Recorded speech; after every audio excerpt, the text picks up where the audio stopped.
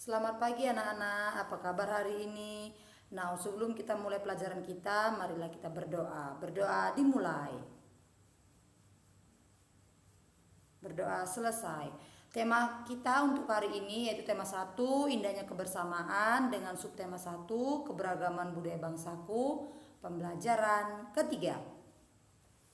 Dengan tujuan pembelajaran adalah sebagai berikut. Nah, anak-anak, sekarang marilah kita dengarkan bunyi alat musik dari Kalimantan Utara.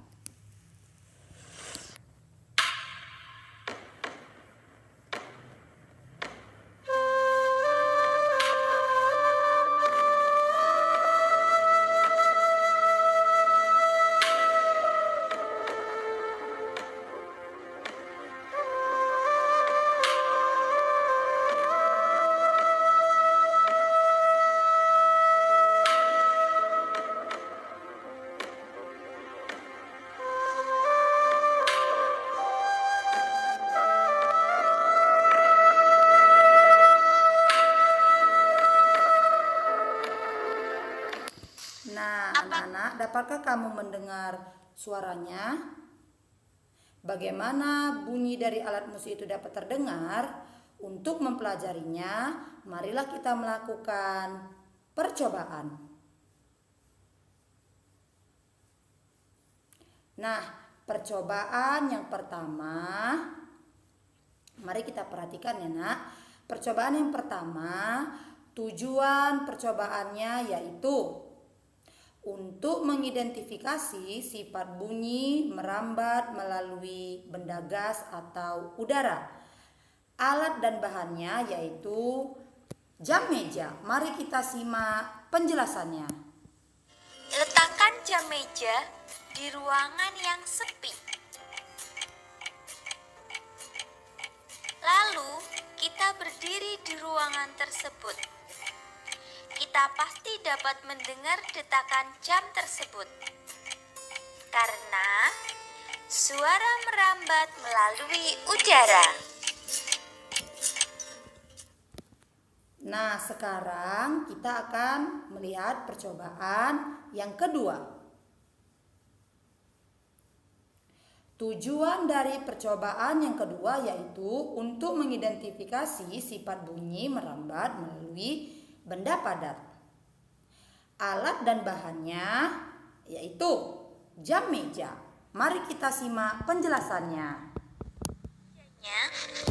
Letakkan jam meja di salah satu ujung meja pada ruangan yang sepi.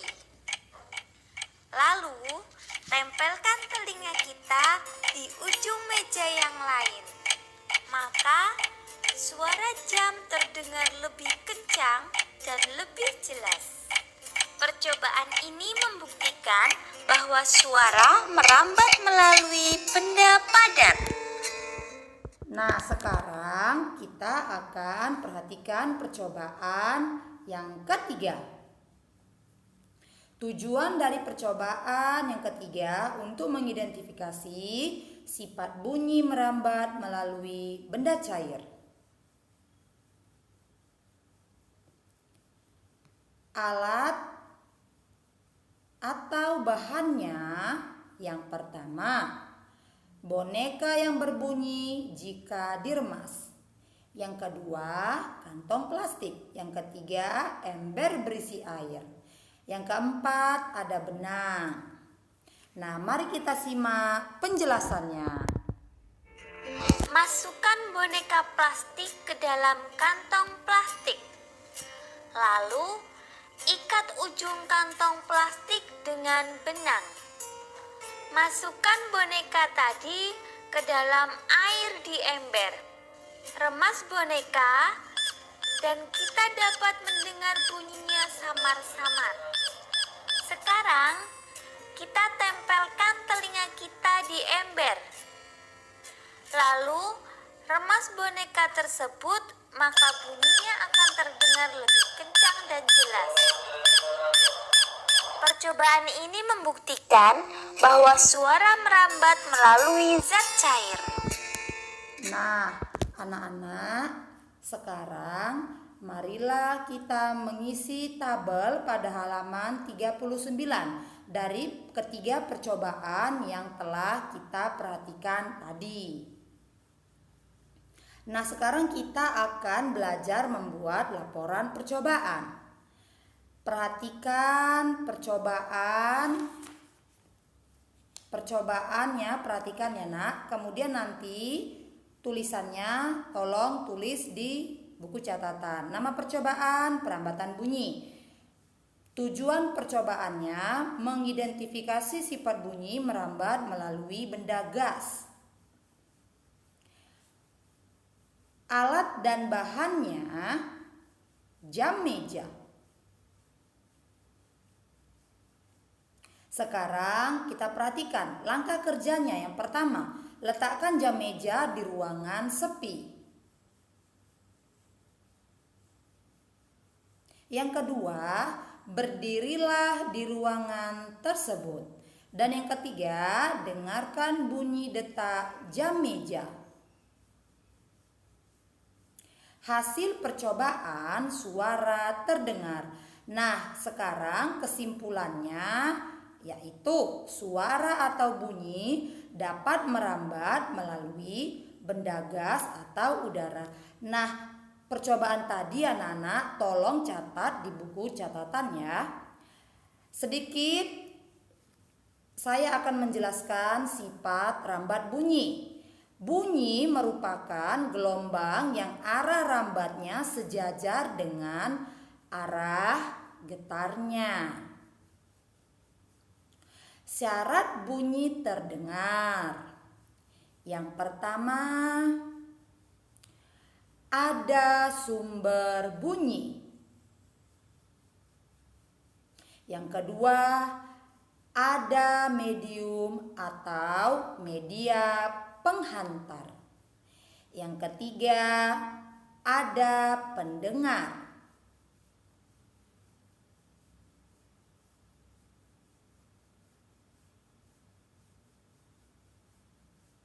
Nah, sekarang medium penghantar perambatan bunyi meliputi yang pertama, benda gas atau udara, benda cair, dan benda padat. Nah, bunyi tidak dapat merambat di ruang hampa atau tanpa medium. Nah, anak-anak tolong dicatat di buku catatan sifat rambat bunyi tadi ya. Nah, apakah kalian masih ingat pembelajaran sebelumnya tentang teks siap menghadapi musim hujan? Nah, nanti pada pembelajaran ini kalian ditugaskan untuk menemukan gagasan pokok dan gagasan pendukung dari teks tersebut. Ya, jadi anak-anak kalian harus fokus baca teksnya dan temukan gagasan pendukung dan gagasan penjelasnya. Tolong kerjakan di buku tugas nanti ya. Itu tugasnya ada di halaman 42. Pada buku tema ya.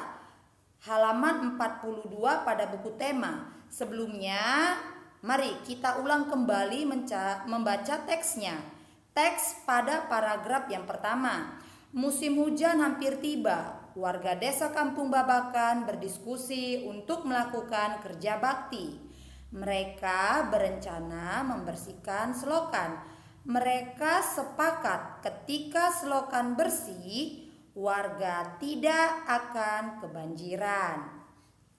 Nah, dari teks paragraf pertama tadi ya, dapat ditemukan bahwa kalimat utama pada paragraf pertama itu terdapat di awal paragraf.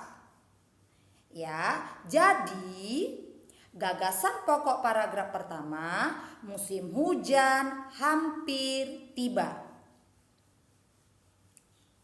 Nah, sekarang kita perhatikan lagi paragraf kedua. Pagi itu semua warga terlihat sangat bersemangat membersihkan selokan.